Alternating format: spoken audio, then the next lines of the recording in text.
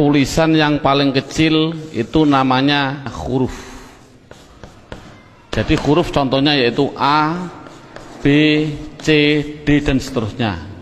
Itu dalam bahasa Indonesia namanya huruf. Dalam bahasa Arab itu namanya huruf. Jadi contohnya huruf yaitu alif, ba, ta dan seterusnya. Itulah namanya huruf. Kemudian di atas huruf yang kedua itu ada yang namanya dalam bahasa Indonesia namanya kata. Jadi kata itu apa? Kata susunan dari beberapa huruf yang mempunyai arti. Contoh, ada huruf S, A, Y, A, saya jadikan satu, itulah namanya kata. Ada M, ada A, ada K, ada A, ada N, saya jadikan satu, namanya kata. Ada R, ada O, ada T, ada I, namanya roti, itu namanya kata. Dalam bahasa Arab itu namanya kalimah. Jadi kalimah yaitu contohnya ana, kumpulnya hamzah, nun, alif, itu namanya kalimah. Akulu, itu namanya kalimah. Al-khubza, itu namanya kalimah. Jadi per satu-satuannya itu namanya kalimah. Di atas kata dalam bahasa Indonesia itu ada yang namanya kalimat. Jadi kalimat itu apa? Susunan dari huruf ini dijadikan satu. Saya makan roti dijadikan satu, itu namanya kalimah, kalimat. Dalam bahasa Arab itu ada yang mengatakan kalam, ada yang mengatakan kalim, ada yang mengatakan kaul, terserah. Metode ini adalah yang penting adalah menganalisa, mendeteksi tulisan Arab yang namanya kalimah. Itu pendahuluan. Sekarang dalam buku ini, metode ini ada beberapa bentuk. Yang pertama menggunakan yang namanya buku panduan, dan yang kedua harus menggunakan silabus, yaitu urut-urutan metode belajar mengajarnya seperti ini. Sekarang setelah anak sudah mengetahui bentuk tulisan, sekarang naik yang poin yang inti, yaitu dalam buku buka halaman 1 yang judulnya yaitu kalimah. Makanya tadi saya bilang yang terpenting anak bisa mendeteksi kalimah. Jadi kalimah itu ada 3. 1 kalimah isim, 2 kalimah fiil, 3 kalimah huruf. Anak dikasih suatu gambaran bahwasannya tulisan dalam Al-Quran di dunia, di Quran khususnya, itu ratusan ribu. Kalau di dunia itu adalah jutaan miliar, miliaran juta. Berarti jutaan miliar itu jumlah kalimah. Contoh, saya mencontohkan. Ada tulisan Arab alhamdulillahi rabbil alamin. Ini kita deteksi, yang inilah namanya kalimah. Lillahi itu namanya kalimah, Robbi namanya kalimah, alamin namanya kalimah. Padahal tulisan Arab apapun yang namanya kalimah pasti kalau tidak isim fi'il huruf. Jumlah kalimah miliaran triliun pasti hanya ada 3. Kalau contohnya alhamdulillah harus dijawab oleh anak kalau tidak isim fi'il huruf. Lillahi kalau tidak isim fi'il huruf.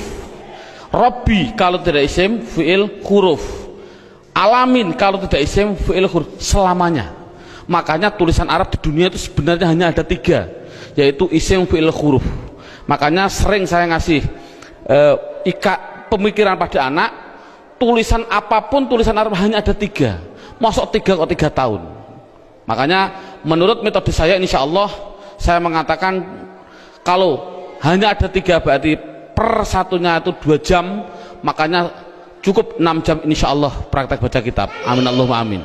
Ini sekarang setelah anak sudah tahu jumlah kalimat ada 3, sekarang bagaimana saya mengetahui alhamdulillah itu isim fi'il atau huruf, lillahi itu isim fi'il atau huruf? Makanya akan saya ulas satu persatunya.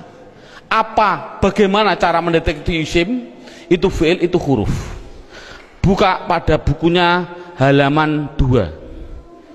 Dalam bukunya halaman 2 dilihat judulnya cara mengetahui isim. Jadi cara mengetahui isim itu dengan dua cara. Satu mengetahui artinya. Kalau memang artinya itu kok menunjukkan suatu kata benda atau suatu kata sifat, pasti itu dikatakan isim. Jadi isim itu kalau tahu artinya itu menunjukkan benda atau menunjukkan suatu sifat, pasti isim. Sama dengan fi'il nanti juga sama. Cara mengetahuinya fi'il dengan dua cara sama. Satu mengetahui artinya.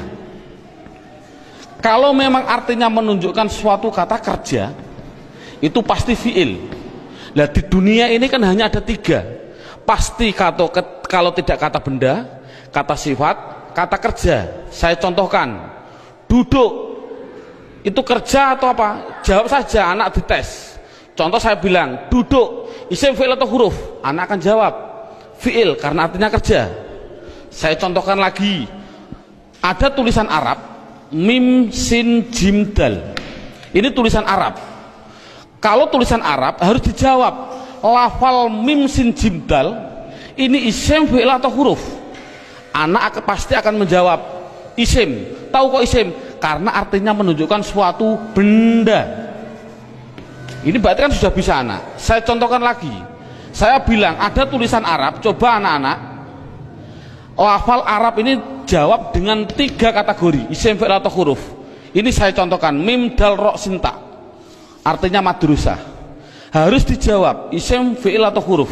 Anak pasti akan menjawab itu isim. Tahu kok isim? Karena artinya benda.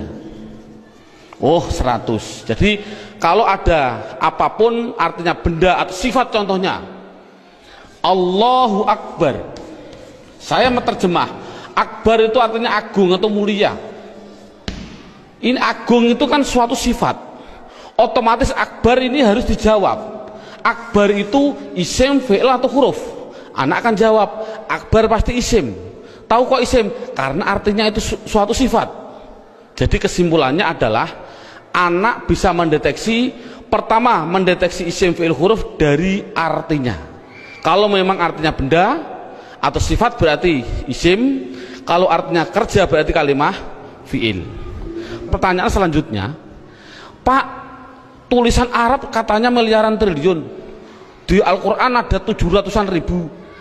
Bagaimana saya mengetahui itu isim, itu fi'il, itu huruf, padahal saya tidak tahu artinya?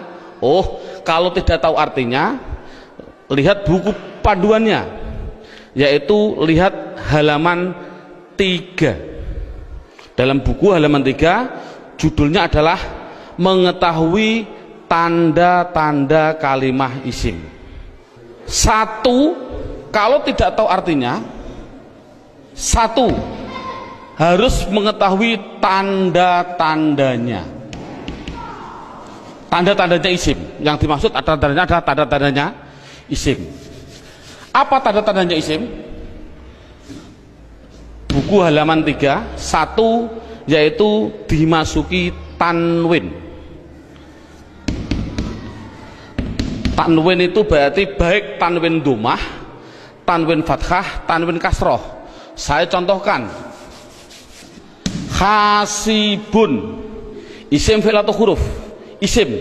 Tahu kok isim? Karena ada tanwin.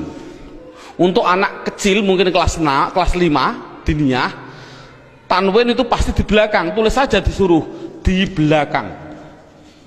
Bukunya tambah situ silahkan. Yang penting tanwin pasti di belakang. Baik tanwin domah, tanwin kasroh, tanwin fathah. Saya contohkan hasibun. Ini tulisan Arab, harus dijawab isim, fi'il atau huruf? Artinya apa? Saya nggak tahu. Kalau tidak tahu ini harus dijawab isim. Mengapa ke isim? Karena ada tanwinnya. Saya menulis lagi, sohi bin, isim, fi'il atau huruf? Isim. Tahu kok isim? Karena ada tanwinnya. Berarti anak sudah bisa mendeteksi, yaitu tanda-tanda yang pertama kalimah isim, yaitu dimasuki tanwin. Sekarang yang nomor 2, tanda-tanda isim yang nomor 2 itu kalau ada tulisan Arab depannya dikasih al, makanya dalam bukunya hanya dimasuki al, garis miring di depan.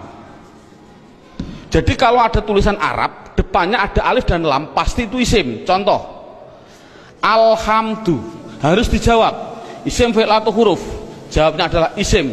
Tahu kok isim? Karena dimasuki al. Ar-Rahim, isim fi'il atau huruf, isim. Tahu kok isim? Karena ada al. Dan seterusnya. Sekarang yang ketiga, tanda-tanda isim yang ketiga yaitu dimasuki yang namanya huruf jar. Huruf jar itu apa sih? Huruf jar itu adalah tertentu, lafalnya tertentu, yaitu ada tulisan itu berupa apa? Min, ila, an, ala, dan seterusnya. Di dalam buku sudah ada. Min artinya dari, ila artinya ke, an artinya dari, ala artinya di atas, dan seterusnya. Jadi kalau ada tulisan Arab dimasuki min, yang mana huruf jar itu pasti tempatnya di depan, di depan suatu kalimah, mesti itu adalah kalimah isim. Contoh, saya mencontohkan ada tulisan Arab, Zahaba Zaidun ila suq. Zahaba Zaidun ila suq. Anak saya tes satu persatu dulu. Zaidun isim fi'il atau huruf? Isim. Tahu kok isim? Karena ada tanwinnya. Suq isim fi'il atau huruf? Isim. Tahu kok isim? Karena dimasuki huruf jar yang namanya ila. Artinya apa saya suq? Tidak tahu, tidak penting. Ini kan tidak penting. Yang penting itu bisa mendeteksi itu pasti kalimah isim. Contohnya lagi, ada contoh yang namanya ada roja'a. Saya contohkan, roja'a kembali. Siapa yang kembali? Bakrun, siapa Bakar? Kembali min dukan, min dukan. Bakrun isim fi'il atau huruf? Jawabnya isim. Tahu kok isim? Karena ada tanwin. Min dukan, dukan itu isim fi'il atau huruf? Isim. Tahu kok isim? Karena dimasuki huruf jar min. Artinya apa? Tidak penting. Jadi makanya itu adalah tanda-tanda kalimah isim. Yang ketiga, yang keempat, tanda-tanda isim yang keempat di situ saya tulis. Saya hapus dulu. Tanda-tanda isim yang keempat yaitu dimasuki namanya huruf kosam. Kosam itu artinya sumpah. Kosam artinya sumpah. Di sini huruf kosam hanya ada 3, wawu, ba, ta. Untuk anak pemula jangan dicontohkan selain lafal Allah, jangan. Untuk pemula jangan. Contoh wal asri. Asri ini adalah isim. Tahu kok isim? Karena ada wawu kosam. Tidak perlu sebenarnya. Yang penting itu adalah wawu kosam nanti. Contohkan saja wallahi. Berarti Allah itu isim karena apa? Dimasuki wawu ini. Itu aja masih bingung untuk anak didik. Jadi kesimpulannya kosam tidak begitu penting. Yang penting yang terakhir ini. Tanda-tanda isim yang terakhir yang kelima yaitu dimasuki yang namanya mamimu. Contohkan, nih contoh mamimu di sini dalam buku panduan.